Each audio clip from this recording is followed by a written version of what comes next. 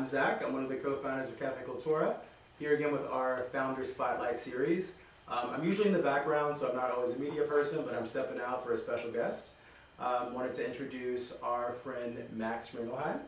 We actually met at BikeCon, so shout out to them. But Max, you want to introduce yourself and tell everyone a little bit more about you? For sure. Yeah, Max Ringelheim here. Originally from New York, been living in Miami now the last 4 years. Been a passionate tech entrepreneur for the last now dozen years post-college, and doing a lot of fantastic stuff in the media, education, technology, STEM world, and having a big impact on a lot of amazing students and people here in Miami, and excited to be here on the Cafe Cultura show today for a little spotlight. So thank you for having me. Thank you. So I guess just to get started, what are you most known for? Like, what's your claim to fame? When we Google you, what do we first see? Yeah, totally. So claim to fame definitely stems back to 2015. Sure, plenty of your audience members will be familiar with the hoverboard device that was crazy popular and viral, and was the #1 product of 2015. So me and two buddies of mine back then were lucky enough to start the #1 hoverboard brand in the world. It was a company called Phunkee Duck. Literally took the world by storm. Yeah. Went viral overnight, did millions of dollars in business in a matter of weeks. Yeah. And unfortunately, 18 months later, with the entire industry, came crashing down. So certainly a invaluable, monumental kind of startup experience for founders out there to be able to experience being involved in launching what was the #1 product at the time in the world, and having the #1 brand associated with it. And I would say, that story has helped shape me into the type of founder and entrepreneur I am, and has given me a big appreciation for education, both educating folks on my wild and crazy story with both this hoverboard journey of mine and other startups I've been involved in, on top of now some of the current work I do here in Miami, giving students an opportunity to create incredible inventions using Infento and building electric vehicles or semi-autonomous electric vehicles, or learning how to program robots using a software called Riders, and competing in online hackathons. So yeah, there's really cool connection points there that connect those dots. Yeah, it sounds like that started off almost all this. Like, that's amazing. Yeah. Every time I talk to you, I'm amazed at all the things that you're doing and how you have your hands in everything. A quick question on that claim to fame and everything with the hoverboard. What were you thinking when you overnight were part of that vehicle that was so successful, and just what was your mindset? What was that process like to just be part of catching fire and being the person that was part of it? Yeah, literally and figuratively catching fire. Yeah. When it first happened, it was definitely we better buckle the fuck up, because it's about to be a crazy journey. Sorry, no F-bomb. It's all good. We can always bleed them out. You're doing kids work. But long story short, it was like, we're gonna have to buckle up here because things are about to get crazy. When you launch a business like this hoverboard brand, Phunkee Duck, and you launch with Kendall Jenner from the Kardashian family, the type of tidal wave of traction that comes from that moment is like, nothing you can experience, right? Just in your day-to-day. It's a once-in-a-lifetime kind of moment. So it was very, very obvious at that moment that we're going to have to really buckle up and hunker down to be able to try and create a sustainable, profitable business. And it felt ultra profitable right from the jump, because, walk into the office the next day and we had sold 150 some odd hoverboards that first morning. Did you think that was real when you looked at it was real for sure. Yeah. And at $1,500 a pop, that ain't too bad, right? So it was a pretty wild moment, but ultimately we had some wild and crazy supply chain, inventory, operational style difficulties that we started to run into weeks and months thereafter that moment, that only made us having to buckle up the seatbelt, even tighter to be able to handle this traction that we were going to be experiencing as 24, 25-year-old entrepreneurs at the time. Got it. Yeah. Yeah. I know how it is. Yeah. What was your biggest lesson in that process? You know, so I guess that you also, what was when you guys launched, what was your goal? Like, did you have a goal in mind where it was like, okay, we think success will look like this, and then given that what actually happened, then how did you adjust to the onslaught of business that came out of that? Yeah, so I mean, dozens and dozens of lessons learned from the experience, and it's part of the reason why I created my When Going Viral media brand, because When Going Viral is on a mission to basically share the stories about different viral business phenomenons and provide audiences with the tips, tricks, lessons learned that came from experiences like this. And I highlight obviously plenty from mine, whether it's knowing how to do business with China, to having a fraud detection service on your website when you launch, to making sure you have enough inventory ahead of working with these types of A-lister style celebrities. So the list goes on and on and on, and that's why I have a book that I'm working on related to this story because of all those lessons.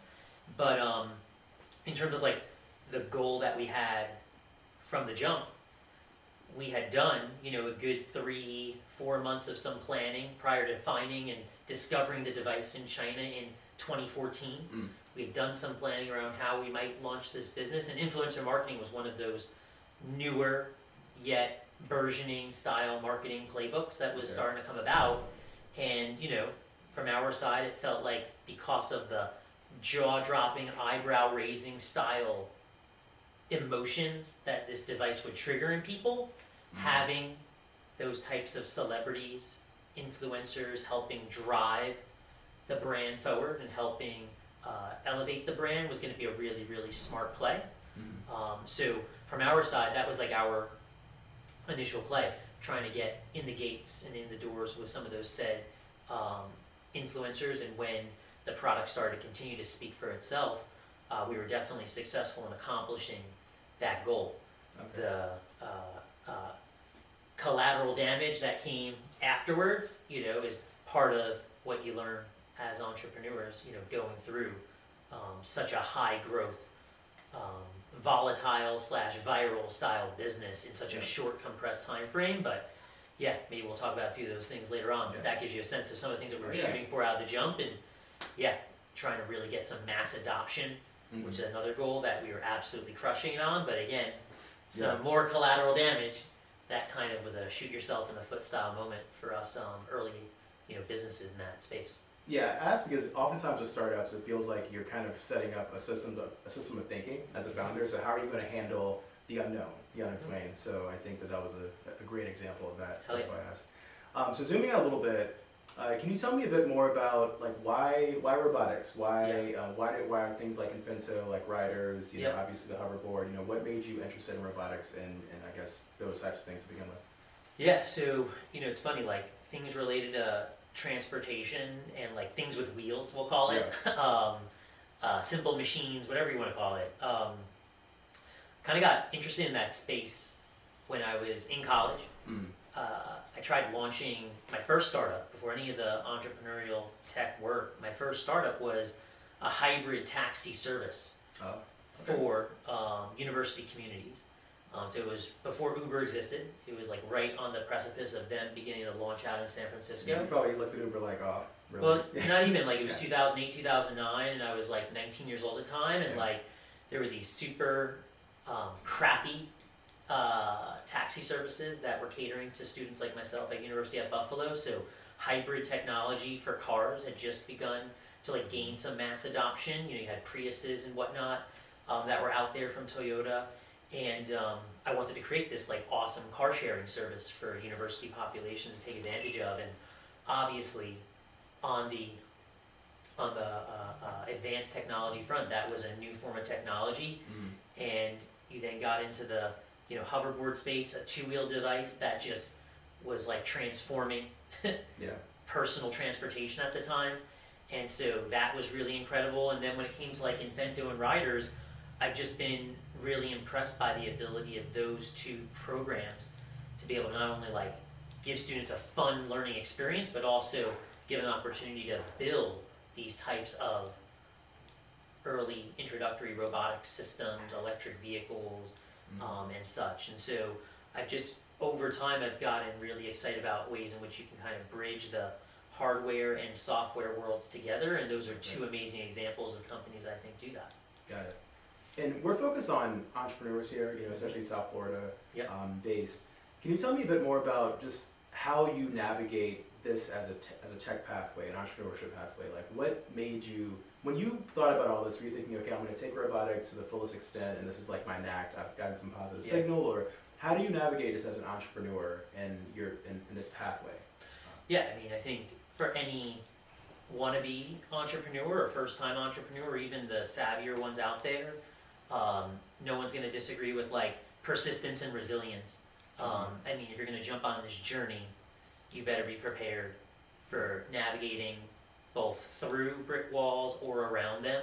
And I believe personally that persistence and resilience are two, really key attributes that I like totally exhibit, that have helped me get to where I am and to be taking this next jump with some of these ed tech businesses I'm building and this media company I'm building. Those are things that are mission critical. On top of that, having ideally a hard work ethic, but then being able to over time translate that into more of like a smart work ethic is something that's really near and dear to my heart for anyone that's trying to get on this journey and succeed in it. Those are a couple of, no doubt, really important, I would say, pieces of advice and sort of GPS, concepts, no pun intended, towards the transportation stuff, but GPS style, tactics that I would advise folks that are trying to get into this world to hold near and dear to their heart when they jump in. Got it. And how did you go from let's say more B2C, it sounds like that was the hoverboard, to doing things that are ed tech based, so you have a mixed population of people that you're servicing. What was that transition like going from that to education? So I got my first corporate America jobs right after the hoverboard saga, and they were in ed tech. Got it. So I had read an incredible news article back in like 2012, 2013 about a company called Little Bits in New York City that was helping teach students about computer science, circuitry, inventing, et cetera, et cetera. And it was after the hoverboard saga that I had landed my first job in corporate America at their company. It was like a super popular venture-backed New York City tech startup. And it was basically from that point of working at that company and seeing the type of impact that we were having on thousands and thousands of students and younger people across schools, across just typical consumer homes, because we were selling both educational and consumer products.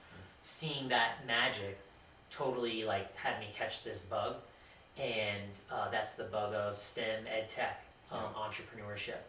And I basically parlayed that experience and then working at a super popular coding boot camp called Flatiron School, also in the corporate America side on their marketing team, and taking those 3 years of corporate America experience plus the hoverboards and the hybrid taxi service and my old video conferencing software company, all those experiences, trying to parlay that into a new twist that I put on entrepreneurship for me, which is basically helping build some European tech companies in Infento and Riders, building them here in the States, and then giving me that opportunity to entrust me in building their business here in the States successfully. And so it's kind of been a new little twist. It's, having to deal with different cultures, which is not easy, and also having to translate brochures from Dutch and whatnot into English or Turkish into English, and going through those different trials and tribulations. But I've learned a crap ton along the way. And, for me, even just doing these types of interviews, helping me grow my content library for my When Going Viral business and being able to educate others on these topics that you've brought up so far is super near and dear to my heart. So it's all super relevant towards that business. So being multifaceted and getting my feet wet in different industries and spaces, and is something that I think I thrive on. I enjoyed my corporate America experience, but I kind of like being a little bit more diversified. So hence why it's awesome and dope, and I envision myself continuing on down that journey. Yeah, we need you down here. Talk about layered experience. So I guess last question here. Tell us more about how When Going Viral, Riders, Infento, what you're doing down in South Florida, how you're involved, and how we can find you. Hell yeah. So long story short, when it comes to When Going Viral, that's on a mission to share the stories about these different viral business phenomenons, and it's obviously inspired by my own story and my own viral business phenomenon of the hoverboard. And so, you can find me on social media at When Going Viral for that business. My personal social media is just Max Ringelheim. It's a tricky last name, as some of our friends know here, but it's still a great one, and you'll find it pretty quickly. And then when it comes to Infento and Riders and what we're doing down here in Miami, particularly, we're working with over 25 different schools here in the school district that are taking advantage of Infento and of Riders and integrating these programs into their engineering classes, computer science classes, after-school programs, and with a lot of nitty-gritty work in the community and me really embellishing myself in the district and in these schools and meeting the students and meeting the teachers and being super front-facing with them about what I'm doing and how I want to try and give them cool opportunities to shine and show off their bad you-know-what skills. Yeah. It's been incredible that the last 2+ years, these 15, 16, 17-year-olds, their teachers, their district administrators have embraced what I've been doing, and some of these students in certain, whether it's low income neighborhoods or they go to schools that are in Homestead and they're so far away from downtown Miami that they never get much love, whatever it might be, showing up there and giving them these opportunities, and then seeing almost like that analogy, like the cream rises to the top, like seeing these students make the most of these opportunities and come in first place in an online hackathon against students from Japan or Italy or what. Or winning one of these in-person Infento build-a-thons and having amazing judges like DJ Genesis or people from Tesla or people from Williams Racing Formula One come and witness what these students have done. Again, just grabbing the bull by the horns and cream rising to the top. It's been really, really fantastic to see, and I'm ultra pumped to see where it goes next, from here. Yeah, awesome. Well, I wanted to thank you on behalf of all of South Florida for all the work you do. I've only heard amazing things, and I got to meet you, and I'm like, yeah, that guy is pretty cool. Like, it's way cooler in person. So, again, this is Zach with Cultura. Really appreciate your time, and I'm out.